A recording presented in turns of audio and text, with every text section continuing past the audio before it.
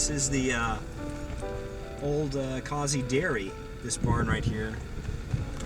And we're at the corner of Reynolds and Cypress. There it is. And the Cozzi's had a house here too. It's not here anymore. But that's the original barn.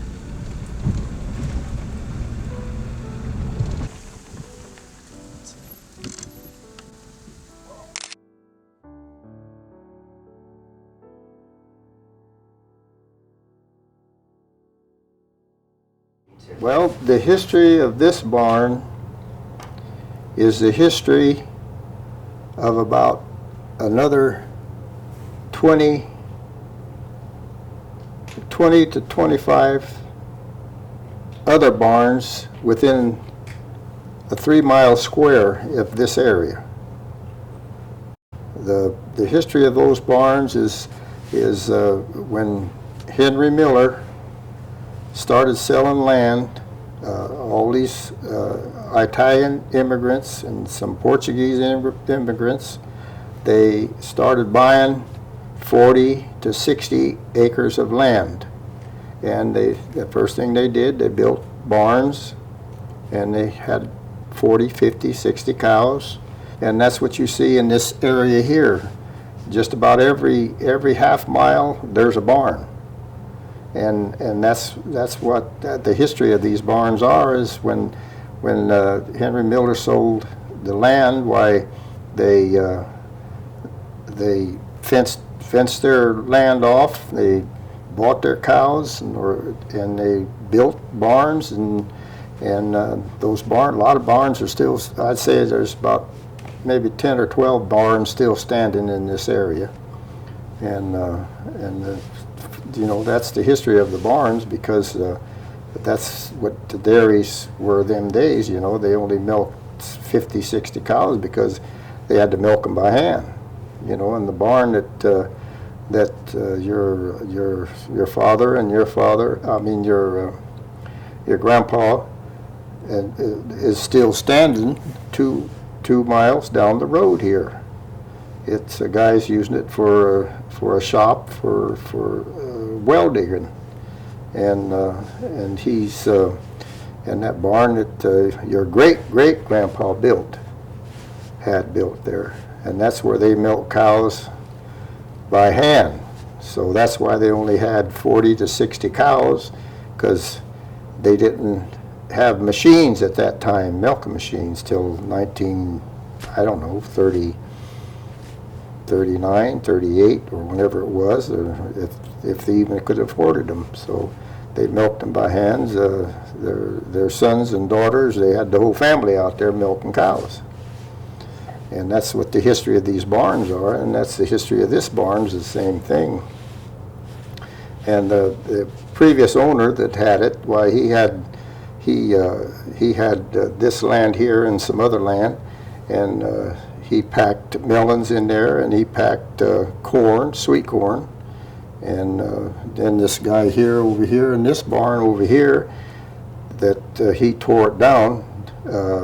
He had asparagus, and that's where he would pack his asparagus at. And same way across the way here at that barn, this guy had Martinelli had asparagus, and that's where they would pick the asparagus, and they would take her truckload to San Francisco every evening or every morning, and they'd so that's what a lot of them burnt down, and some of them they tore them down, you know. But this one here is still standing, and the next one down there standing. So that's the history of the barns. So what did Causey Brothers use the barn for in the later years before they converted it? This barn here, Yeah. What we used it for? Storage. You know, it was all, the shingles were halfway off, and it was just, we'd put machinery in there, and pigeons would come in there, and they'd take care of everything, and that was it, you know. And then we decided to clean it up and fix it. fix it up. And then, of course, your Uncle Danny, that was his pet, so he started doing this, and we, first of all, we put cement floor, you know, and we fixed it all up inside of cables and whatnot, and strengthened it up and whatnot, and what had to be done, and then put the sheet metal on the outside, and then we pretty quick we thought we'd have Palm Sunday, Christmas Eve there.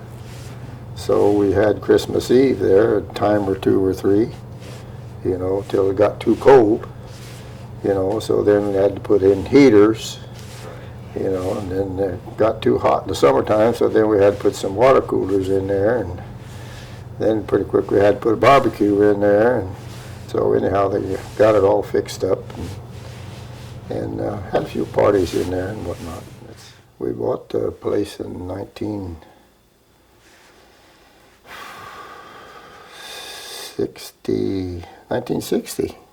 Yeah, 1960. Yeah. And we lived in the big house there, Dorothy and I and the kids. Amadale lived in the little house. Jim lived over there too, didn't he? Yeah, Jim, when we built this, well then Jim moved into the big house, yeah. Yeah, he lived in the small house over there next to your Aunt Mary's. Jim lived there. That's where we started. Dorothy and I, we first got married. We lived in that house, and then we lived over there, and then we lived here. We moved quite a bit. We moved far, about a mile and a half. Well, I've got some questions from other members of the family here. Little Dane wanted me to ask you about an owl that flew into the barn and was on fire and caught one of the brothers on fire. Did I get that right? That's what I think. You know, I kind of remember something like that, you know, but I don't remember the whole story of it. But yeah, somebody lit the owl on fire. I don't know who it was. Yeah, and turned him loose, and he flew into the barn. So, like I say, I don't know the full story on that. Okay. Okay, Lisa wants to know, she says, about your parents. When they raised the children in the home, what values did they stress? She wants to know why the Causeys turned out to be such good people. No, I don't know. They're just hard work, and whatever it took them days, you know. It didn't take too much to live because you didn't make too much to live on, and you did with what you had. And that brought everybody together, I guess. When your father passed away, some of you kids were grown, but who took over the leadership of the family at that time? Did anybody kind of step in and kind of take over leadership of the family? Everybody just went on like it was before. Yeah. Nobody took leadership. I mean, everybody respected everybody, and respected my mother, and I guess, and every brothers respected brothers, and sisters respected brothers and sisters, and that's what it was. You know, it was no leadership. Everybody led. Mm-hmm. You know, really. Mm-hmm. You know, because everybody knew what their boundaries were and what they had to do and what they would do, and no, I don't think any leadership was there. But I would say maybe after my mother passed away, I'd say, well, leadership might have been to my older brothers, I guess, and sisters, I guess, that they talked things over, and everything was, there was no big fights of anything. Everybody settled on what they all wanted to do, and they did it, and everybody was happy. How did all the brothers and sisters meet their spouses? We want to take them one at a time here? Jeez, I don't know. Who was the first of the siblings to get married? Who was the first one of the family to get married? Was that Millie? Millie, I think, wasn't it? Or Frank? Frank, probably. Frank, I think, got married. Didn't last very long. And then Millie got married. She married Bill. And then Were they already married when you were, how old were you when they got married? Were they? Who? Millie and Bill? How old I was? Yeah. I don't think I was even born. Yeah, that's what I was thinking. Yeah. Yeah, no, I don't think I was born then.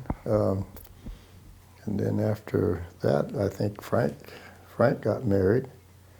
And then Tony got married. Then Danny got married. And then Violet got married. Then Alvita got married. And then your grandpa got married.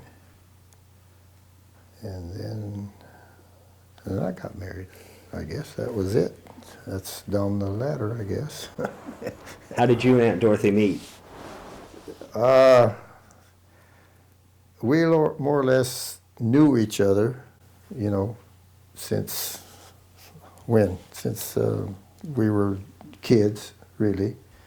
And then we used to, she lived there at the Y, and I worked around the Y and whatnot, and we saw each other, you know, because she worked at the restaurant off and on, and I worked at the sales yard and whatnot, and we just met and got married.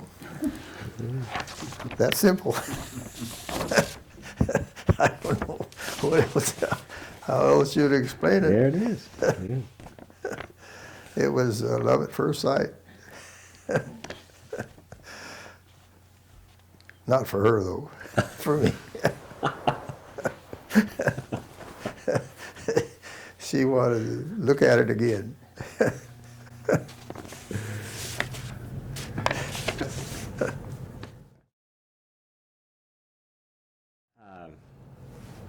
I know it's hard to say, oh, what's your fondest memory of one particular thing or particular person or whatever, but on some of the video we have now, we don't have a lot of Uncle Danny.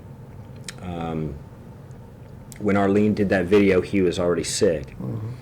And we don't have Uncle Frank either, but you all, when you watch that video, you all spend a lot of time talking about Frank. Mm-hmm. You know, everybody, it's almost like he's there, yeah. You know, because by the time you watch that whole thing, you have this picture of him, you know, mm-hmm. And what a important person he seemed to be to the whole family, because pretty soon all the stories would come back around to Frank, you know, or yeah. Something Frank did or whatever, you know.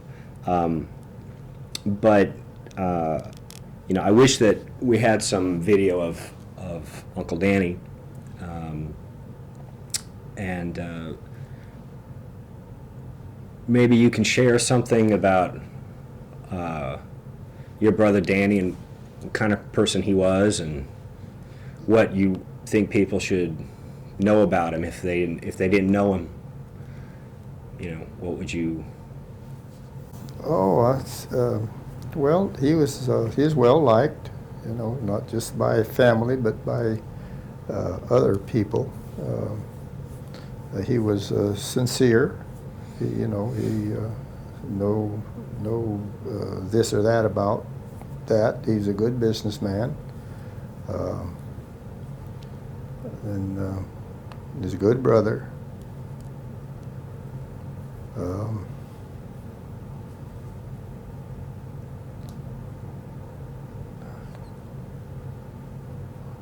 he's a great person, you know, as far as I'm concerned. He was the best. Yeah. You know, all my brothers were the best.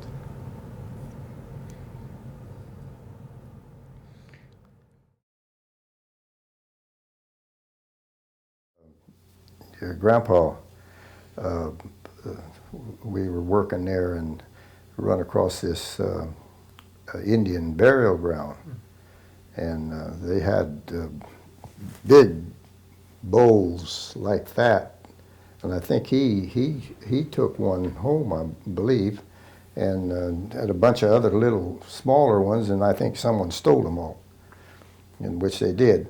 You know, but yeah, that and then Shorty and your grandma, they would go out there and they'd get arrows and bones and whatnot, and then finally your grandpa called what do you call these guys? Archaeologists. Huh? Archaeologists? Archaeologists that he knew there in Fresno, and so they came out there and boy, they crooned the place up and they started digging and whatnot, and they had all kinds of graves out there, yeah, and bowls and Indian stuff that Indians used, yeah. Yeah, that's, and of course, right back in here, we had on the hill and also corn camp, we had a few graves that we run into when we re-leveled, yeah.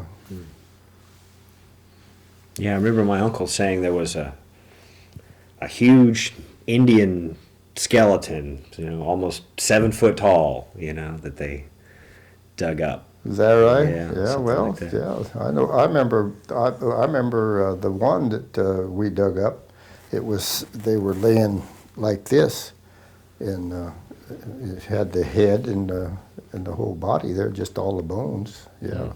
And then at the feet, it had some of these smaller bowls and whatnot. Yeah.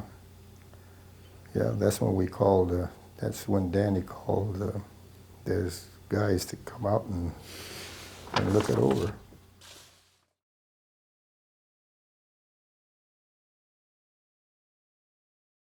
That's me and my grandfather, Mhm. probably, I don't know, 1970, 71, something like that. Mhm.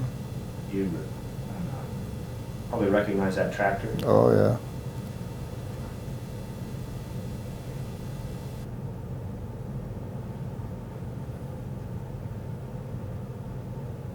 They're at the ranch with the, Mm-hmm. and then that would be, That's Christmas? yeah, service club. Oh, okay. That goes way back. Golly, I guess.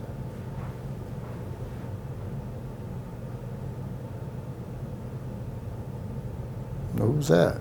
Now, that's me. Oh, that was you? Yeah. Oh, okay.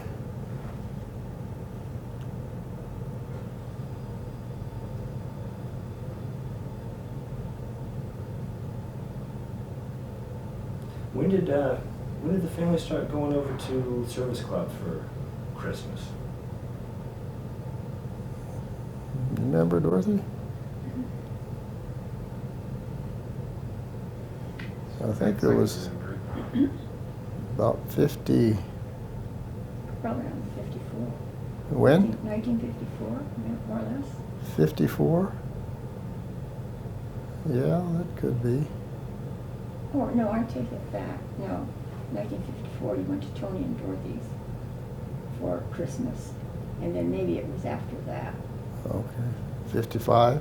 probably. Yeah. So I know a question. So how do you make the traditional, and I don't even remember how exactly to say it, you know, the one with the red pepper, the sauce? Olive?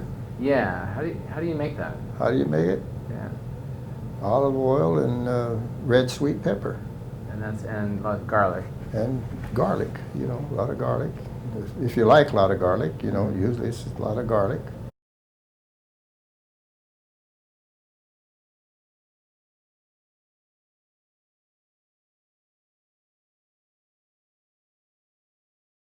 Gonna see if I get you to comment a little bit. There's a scene here coming up of some crops being harvested, and maybe you could talk a little bit about what's going on there. No, that's, okay, that's sugar beets there. That's what this is. This sugar beets. Yeah. Yeah, that's sugar beets. The trucks are hauling it off. This, I thought it was cotton, but that's all the sugar beets there. Is this all your equipment here? No. This, the digger was Orville. Oh, he was from Bakersfield. He did the digging, and of course he had some trucks, and then he had other trucks subleased.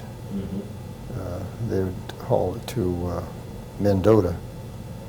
They'd haul it to the sugar plant over there. Orville Williams, that was his name. Yeah, that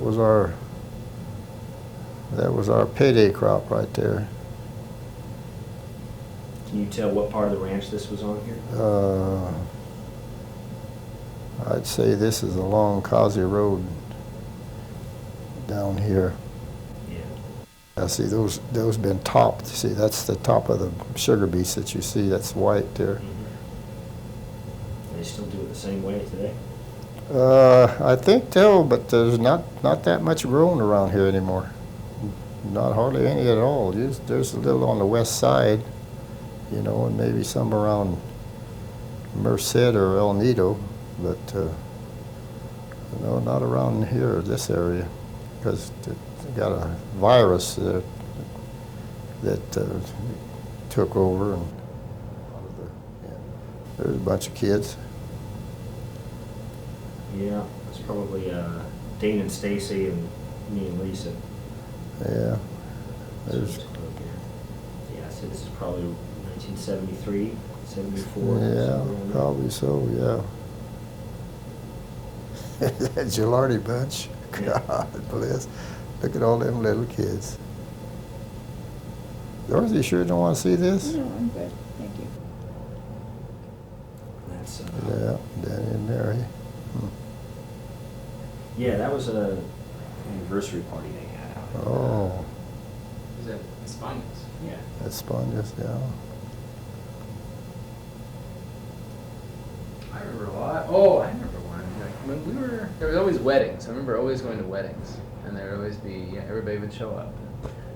There was somebody's wedding once upon a time, and I remember all the Causey brothers very well dressed up, very, suits and ties, and I remember the grandpa wanted some more chips. Like they had some just chips on the table and like a little tiny thing. And he calls the poor waiter guy over. Have some chips here for the family. And the guy's like, and he came back with the biggest thing of chips. It hadn't been this big, and then I think you guys are all laughing. They must have thought we were the mafia or something like that. They're all dressed up. But I swear that must have been this big around with like chips, like heaped You up give them a like bunch of chips.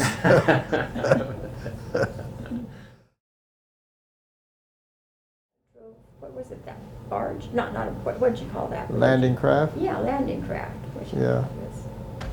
Yeah. No kidding. Like Yeah. one of those ones that Yeah, the Right. doors. front end comes Yeah. down? Right, you take LCVP, Oh, yeah. yeah, them up to the beach. and an LCM, yeah. Yeah, in the first 2 years, I drove one of those. Of course, you get it. We, like I said in the deal there, we'd get a bunch of Marines in probably around February when the weather was good in the Caribbean, and we'd go down to camp. Well, it was in North Carolina. We'd pick up 1,800 Marines in their Jeeps and their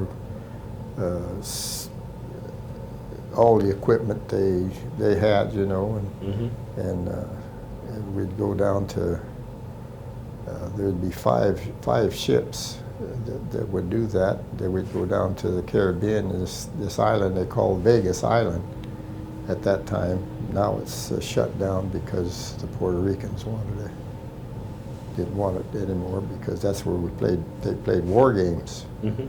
And we would land all the Marines and all their equipment on this island, and they'd play war and whatnot, and we'd take off and we'd go to different islands or whatever, and go on liberty, or we'd play war at sea. You know, we'd be shooting at drones and whatnot. But yeah, I drove one of those. Yeah. Wow. No, I don't regret any part of the Navy I was in. I saw a lot of country, you know. I really did. I made my mind up when I joined it. I was going to make the best of it, and I did. You know. The four-year enlistment? Well, 3 years, 9 months, and 27 days. Oh, I guess you were ticking them off. They let me out. They let me out 3 months early, but I enlisted for 4 years.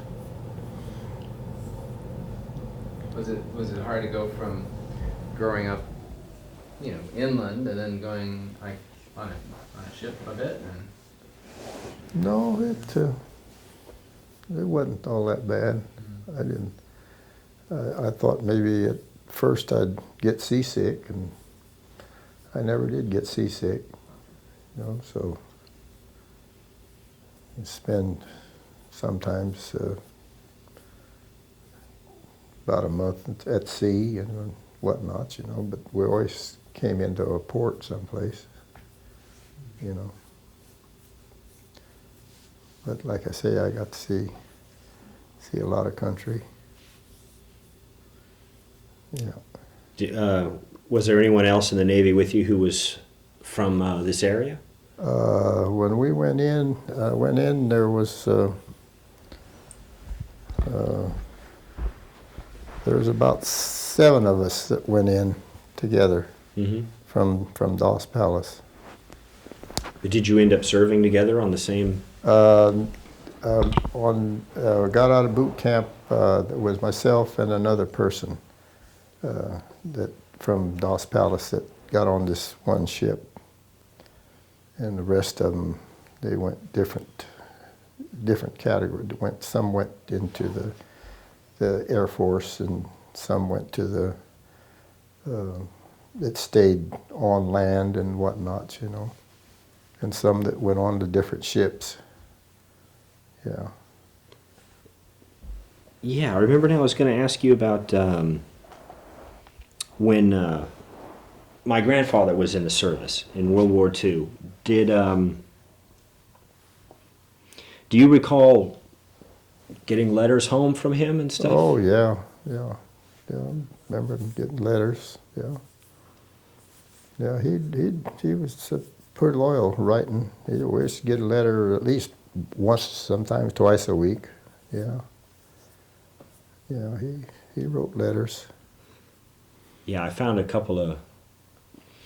a couple of postcards, you know, there at the house that I guess he had written to, you know, your parents. Uh-huh. You know, one was a Statue of Liberty, you know, and on the back it said, "This is what we're fighting for," Uh-huh. you know, just little things. And there's one thing from him that I have, and I don't know how to listen to it yet, but it's a record. I guess it was put out by the Pepsi Cola company, and a serviceman could go into a little booth and make a little recording to send to their family, and it would record it right there and press it onto a little disc, not hard like a vinyl record, but like you know, kind of a cheap little thing, but and it goes in a case, and it says, "A message from your man in service," and it's written there to Mr. I think he put Giuseppe Cozzi, Yeah. and your address, and from him yeah. it's in handwriting. And I got the thing, and I tried once to play it on a phonograph, and it didn't do anything. So I got to research it and find out if there's some way to play this back, because that would be pretty neat to hear your voice, you know. Yeah, it would. From that. Yeah, because I didn't want to put any more time with the needle on it. I was afraid I'd wreck it. You know, it's fragile enough. Oh, that'd be cool. That'd be really interesting. But when he was out in the islands, did you follow, you know, like in the papers, or, you know, where he was, or Well, kind of more or thing, less with his letters. Mhm. We didn't. We never got paper, you know, and what we knew was what we heard on the radio, you know, and that Yeah. was it. But we always knew more or less where he was all the time, Yeah. you know. Yeah. I mean, I guess you knew they were going to send his unit to Japan Right. right at the end Right. of the war. They were on their before way. Yeah, Yeah. yeah. He was on I think he said an LST, I think it was, from, I think it was the island of Leyte. Yeah. Yeah. Yeah, I'm glad he never had to go in there, you know, fight his way into Japan like that, you know. It saved a lot of lives. It might have killed a lot of Japanese lives, but it would have killed a lot of American lives, you know, Yeah. soldiers and whatnot. Yeah. Yeah. Yeah, I might never have known him, you know. Well, that's true. But he would talk sometimes about what it was like to be there afterwards, because they landed there, you know, after Yeah. they dropped the bombs and they surrendered, and so, you know, just describing what the cities looked like and stuff. Yeah. But he never talked about the war too much, and I No. never asked him much about it. No, either. that's one thing about World War II veterans. Very few, especially around here, very few even talked about it. You know, Yeah. just there was no conversations of any sort. Yeah. You know. Of course, I guess there's no reason to talk about it, I guess. So they didn't talk about it. Yeah. Yeah, only incidentally if something would come up would he Well, you know, yeah. mention Yeah. something about it, you know. Mm-hmm. But, Yeah, he'd, just like the three of us, we riding in the pickup or doing this and that. Neither one of them ever talked about their service, you know. It's, never did. It's funny you mentioned riding in the pickup.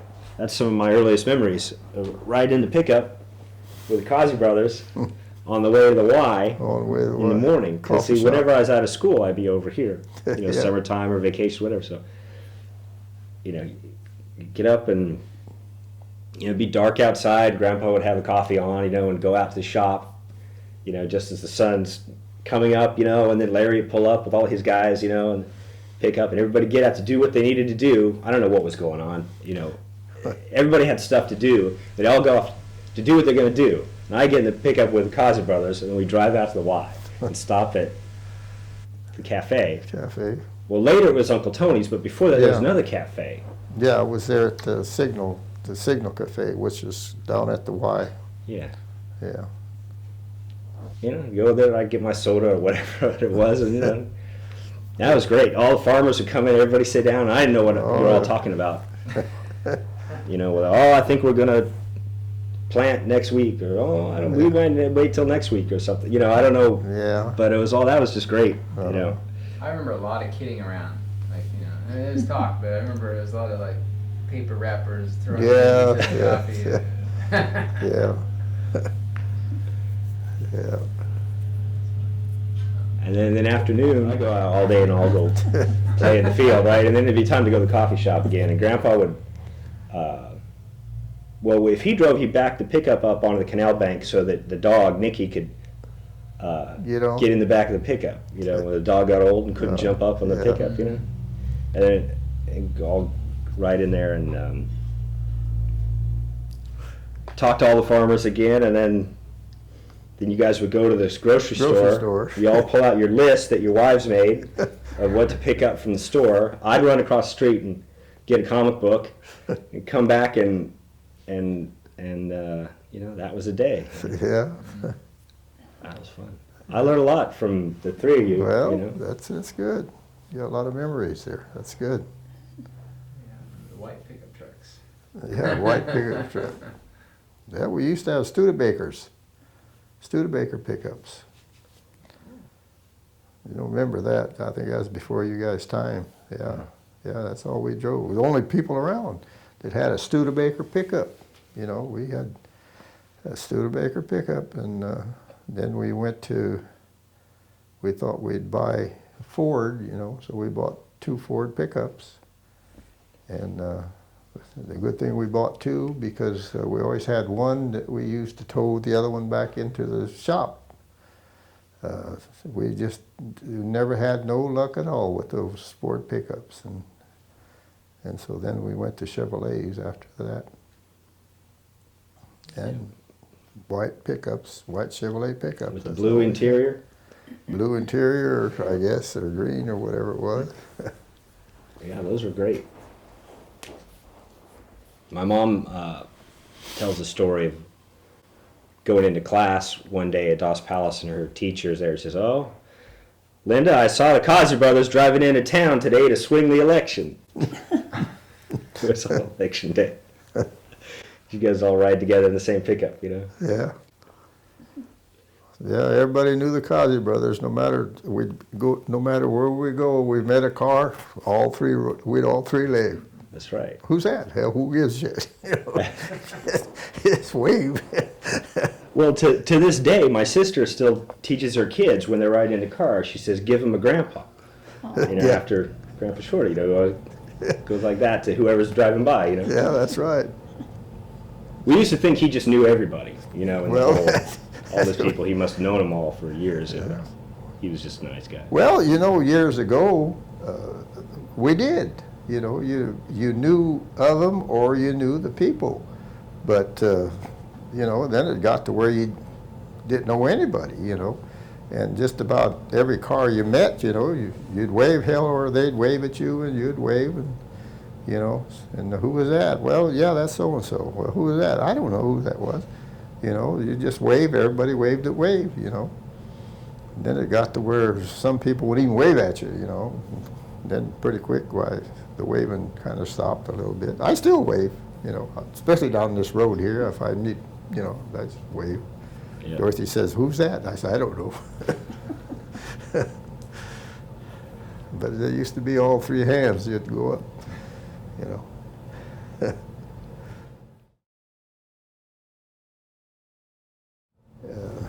And then it had 2 rooms on this side, and then the built part on this side, and then it had a hallway there. And we had a little spring bed, you know, made out of springs, you know, pipes and made out of springs. And so we'd change the water or whatnot, you know, and always drive back to the grade A barn and try to beat the other guy to the spring bed. So get our little siesta in the afternoon. Oh, you know, that's right. I remember that. Grandpa would come in from lunch, and he'd always come home for lunch, and then he'd have a little nap Yeah, before we went back out. yeah. Grandpa too. Yeah? Grandpa'd always lay on the living room floor. Was that That's where he had right? his nap. He didn't like it. Maybe the bed was too soft or something. He just, the hard floor, you know, and then Yeah, it was a little half-an-hour siesta before we went back out in the heat. yeah. Well, your grandpa, it didn't take much of him. He'd just sit in the chair and go to sleep. Yeah, you know that front Right row now. chair. Yeah, Yeah, done deal. yeah, done deal. That's all right. I remember also you had a torch. Sometimes you would have to burn. We burn ditches and drains, tulies and whatnot. Yeah. Big old torch deal that had about I think it was 15-foot deal on it in front, you know. Yep. Yeah, we use that quite a bit. I always thought that was fascinating. You know, Is that as a right? kid, you know, what are they doing? They're burning stuff. You know, I thought that was pretty neat. Yeah. I was never allowed to come along when you did something like Yeah. that. I never did, but I remember seeing it. Yeah. It was pretty neat. I noticed also in the Causey barn, speaking of the shop, there's the burlap wrapped water That's bottle. mine. Is that yours? Yeah, don't you take that away from me. Well, after my grandfather passed away, it was the day after the funeral, and I was out talking to Larry, and we happened to walk through the shop, and he points up above the refrigerator. You know, the refrigerator by the compressor? Yeah. And there was the 3 bottles up there, you know, all wrapped like that. And he said, that was Danny's, Shorty's, and Jerry's. You know? Oh, that was something else. Yeah. Because you'd already been retired for Oh, yeah. a long time by Yeah. then, you know. Yeah, I kept mine. I got it hung up, and I think it's still there. I'm not sure. It was here at Palm Sunday, yeah. That was it. It's the first time I noticed it, actually. Yeah, we'd get a gallon jug or a half-gallon jug, and we'd get a gunny sack and wrap it around there and sew it, or maybe a canvas, you know. And that was our water. We'd put it in the refrigerator at night, you know. Next day we had cold water, you know. Yeah, we'd take it with us no matter where we went.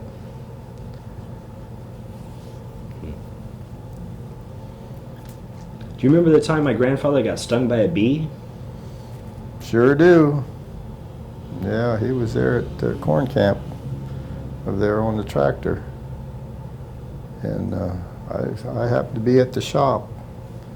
And here he come in with that. And man, he was just about ready to die. I mean, he said, take me to the doctor, take me to the doctor. I got stung by a bee. And so anyhow, I got him in the pickup and drove like hell to the hospital there, and I ran in and I told the gal there at the desk, I says, my brother got stung by a bee and I need help right now. And so anyhow, I went out and got him. And he couldn't hardly walk and we got in there and what's his name gave him a shot and laid him down in there and just about lost him.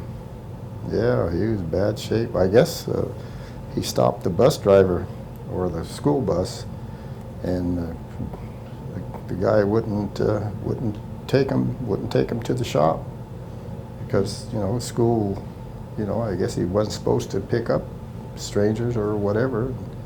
So anyhow, just he's lucky to make it back to the shop with the tractor. I guess. Yeah. He drove the tractor back to the shop? Yeah. Wow. Yeah. And I guess until that time, he didn't know he was allergic. Well, yeah. In that way. Yeah. Yeah. Then after that, why he got, I think every week or 2 weeks he'd go in and get a shot, a bee shot or whatever it was, and then he got to where he wasn't allergic to them. Yeah. He built up the immunity to it. Huh? He built up immunity to Yeah. it. Yeah. There's something else I was going to ask about that. I can't remember now. Oh yeah, well don't you, did you ever use bees for cultivation and pollination in any of your Oh yeah. crops? Yeah. I guess on you'd have to. On our melons, we always got a hold of a bee man, and he put out colonies of bees. Yeah. Yeah, we sure did. Then they still use them nowadays, you know, for melons and for almond trees and, Oh, yeah. you know, whatnot. They still, that's a big business, that bee business. I think back them days we paid $10 a hive, and now they're paying as high as $50, $60, $70, $100 a hive if they can get somebody, Mm-hmm. you know, because there's a pretty shortage of them. How long would you leave them out for, say, melons? In the melons, Yeah. you leave them out till you first, before you start picking the first time, which would be probably 2 months or a month and a half or so, you know, so they could pollinate. Uh-huh. Yeah, they had a hard time with the bees a few years ago, right? Oh yeah, Still going yeah. on, I think. It's still Say- back? They say they were dying and this and that, but there's still a shortage of them, you know. Yeah, I I saw some driving in, actually. So, Oh, you did? yeah. From the freeway. Oh. You guys work with entomologists a lot too? Like if you had like a critter or a little bug or something like that, and Yeah, we have a field checker. field check. Yeah, they used to come by once a week, you know, and they'd check for bugs in the cotton or in the melons or whatever. Yeah. And he'd give us a report, you know, and if the report says we need to spray, why, we all jumped in the pickup and we scattered and went into the field that he checked, and we rechecked it ourselves. And so it's not that we didn't trust them, it's just that we wanted to know for sure what we were doing, you know. Mm-hmm. So a lot of them they work for these bigger companies, and they look out the window and say it's too damn hot to get out, and so they just, you know, write up a report and send it in, and then yeah, well, we got to spray that field. Okay, so spray it, you know. But you know, so anyhow, them days we double checked everything. Yeah, we didn't hire the entomologist. He was hired by the fertilizer company, you know, the insecticide company, and they're the ones that paid him. So that's what he made his money off of that, you know. But if you bought material, you'd buy it through that one company. I wondered how that worked. Huh? I always wondered how that worked. Yeah. I remember seeing the guys out there. Yeah. You know, Yeah, and there's some of them that do it just for on their own, you know, that a company will hire them, a farmer will hire them, and he'll come by once a week or so and then check them for them. But they pay him, you know, and who they get the material from it's up to them. See, they don't have to go through the same guy that works for the same company.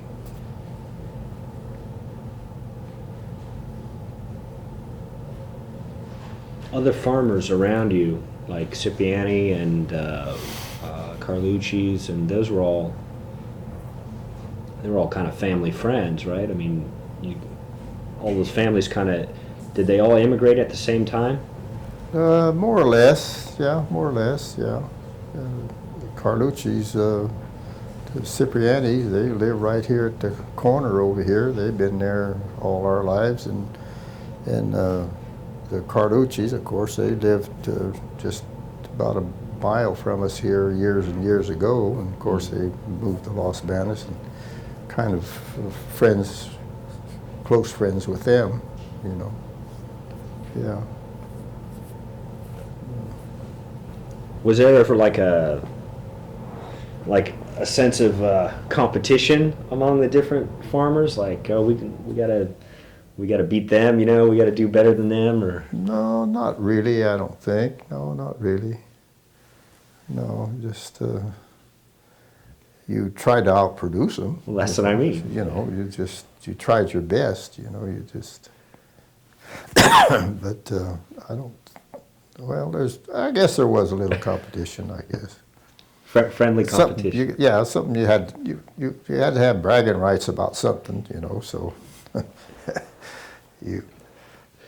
So when it came time to pick the cotton, you were saying before you can't wait too long because the weather, right, the rain. You wait too long, it's going to degrade the cotton. right.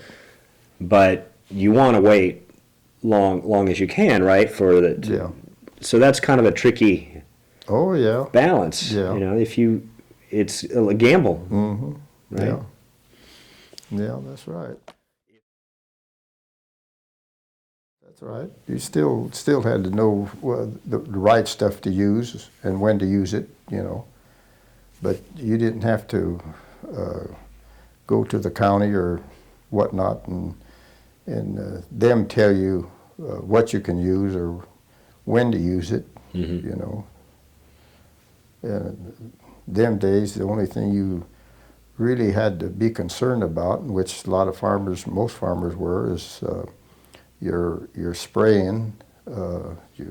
If you had bees around, why you'd try not to spray during the day, you'd spray at night, you know, so you wouldn't kill any bees and whatnot.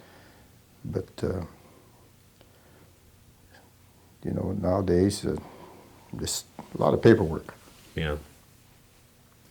Let me ask you about another farmer, well, another building. If you head down 152 out by Santa Rita, there's a building there. It says Gamboni. Gamboni Farm Company or something. Yeah. It's just a little thing, but I heard that somebody told me they're actually kind of a bigger operation. Is there some story behind that? That Gamboni? Yeah. Well, there's an old family farm, but the kid, I think, is probably your age that farms now. And the only thing I could tell you about that, years and years and years ago, there was a restaurant there. And then after that, there's a Richfield service station there, and then I guess they left the tanks, and then they bought the land and the tanks, and he's just using that for advertisement, I guess. But they're old-time farmers, Italian, Swiss-Italian people. Yeah, they live down that island road there, probably a couple of miles. Yeah. Well, I think I'm all out of questions for now. No, that's fine with me. Thank you, Uncle Jerry. Thank you, Uncle Jerry. Oh, you're welcome. Thank you, guys. Appreciate it. Just don't show everybody, because I don't think I'm very good on remembering a lot of stuff, but I tried my best, so I can do it. No, you did a good job. Tell you a few stories. Well, you asked me the right questions, I guess, and Yeah, well, that I could. how about we'll let you see it before we show it to anybody else. No. You can That's do okay. that. Huh? No, that's all right.